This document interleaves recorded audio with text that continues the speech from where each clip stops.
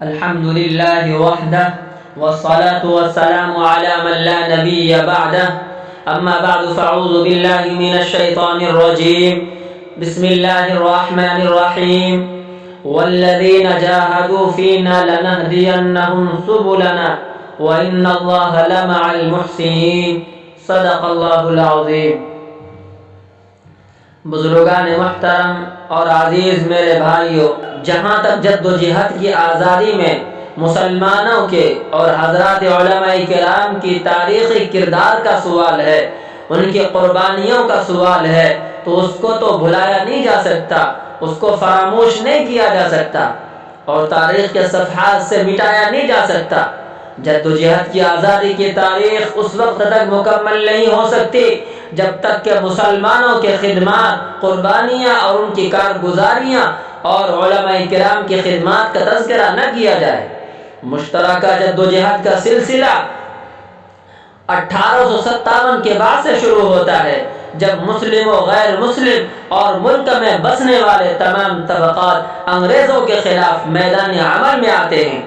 لیکن 1857 سے برس پہلے صرف اور صرف مسلمان بلکہ علماء کرام انگریزوں کے خلاف لڑائی کرتے ہوئے مشغول دکھائی دیتے ہیں۔ اس وقت سے مسلمان انگریزوں کا مقابلہ کر رہے ہیں جب ملک میں بسنے والے کو یہ احساس بھی نہیں تھا کہ انگریز کس نیت سے ہمارے اس ملک میں آیا ہے۔ اس تاریخ کو یاد رکھنا چاہیے، دہرانا چاہیے اور دنیا کے سامنے اس کو ذکر کرنا چاہیے۔ 1498 سے انگریز کی اس ملک میں آمد و رفت کا سلسلہ شروع ہوتا ہے۔ 1601 میں منظم طور پر ایسٹ انڈیا کمپنی کے بینر تلے تاجروں کا بھیس پہن کر رہزنوں اور ڈاکوؤں کی شکل میں بنگال کی سرزمین پر قدم رکھتا ہے۔ 1498 سے آنا جانا ہے۔ 1601 میں منظم طور پر ایسٹ انڈیا کمپنی کے بینر تلے آتا ہے۔ بظاہر وہ اپنے آپ کو تاجر کاروباری کہتے ہیں، لیکن حقیقت میں ان کا مقصد ہندوستان پر قبضہ کرنا ہے۔ 1707 میں جب شہنشاہ اورنگزیب عالمگیر رحمت اللہ علیہ اس دنیا سے تشریف لے جاتے ہیں اور مغلیہ سلطنت کی جڑیں کمزور ہونے لگتی ہے، تو انگریز کو موقع مل جاتا ہے پیر پھیلانے کا۔ تو اس وقت ہمارے علماء اور اسلاف اس کی نیت کو سمجھ جاتے ہیں کہ یہ جو ہندوستان جو انگریز آیا ہے، ان کا مقصد تجارت نہیں ہے بلکہ یہاں حکومت چلانا ہے، حکومت قائم کرنا ہے۔ تو ان کے خلاف جو میدان عمل نے سب سے پہلے جنہوں نے جہاد کا فتویٰ دیا وہ مولانا شاہ عبدالعزیز محدث دہلوی رحمہ اللہ ہے، جنہوں نے انگریز کے خلاف جہاد کا فتویٰ دیا۔ آپ نے ٹیپو سلطان علیہ الرحمہ کا نام سنا ہوگا۔ انہوں نے 4 بڑی لڑائیاں لڑی ہے۔ 1799 میں سرنگا پٹنم کا جانباز مجاہد شیر ہند سلطان ٹیپو شہید علیہ الرحمہ برابر انگریزوں کے خلاف محاذ آرائی میں لگا ہوا ہے، اور انگریز یہ محسوس کرتا ہے کہ ہمارے لیے ملک کے اقتدار پر قبضہ جمانے میں سب سے بڑی رکاوٹ سلطان ٹیپو شہید علیہ الرحمہ ہے۔ ان کو جب تک راستے سے ہٹایا نہیں جائے گا اس وقت تک ہم ہندوستان کے اقتدار پر قابض نہیں ہو سکتے۔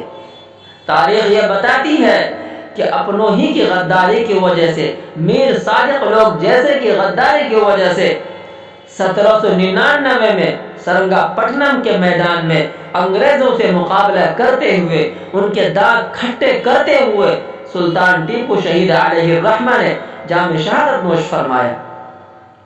اور ان کے شہادت کے بعد انگریز کو اور انگریزی افسران کو ایسا اطمینان ہوا اور انہوں نے خوشی کے گیت ایسے گانے شروع کیے اور ہاتھ اٹھا کر یہ اعلان کرنا شروع کر دیا کہ آج سے ہندوستان ہمارا ہے اور کوئی طاقت اب ہمیں ہندوستان کے اقتدار پر قابض ہونے سے روک نہیں سکتا۔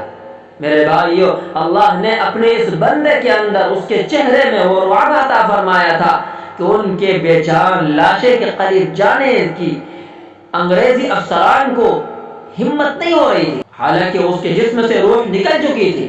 مورخین لکھتے ہیں رعب ایسا تھا کہ پتا پانی ہو رہا تھا۔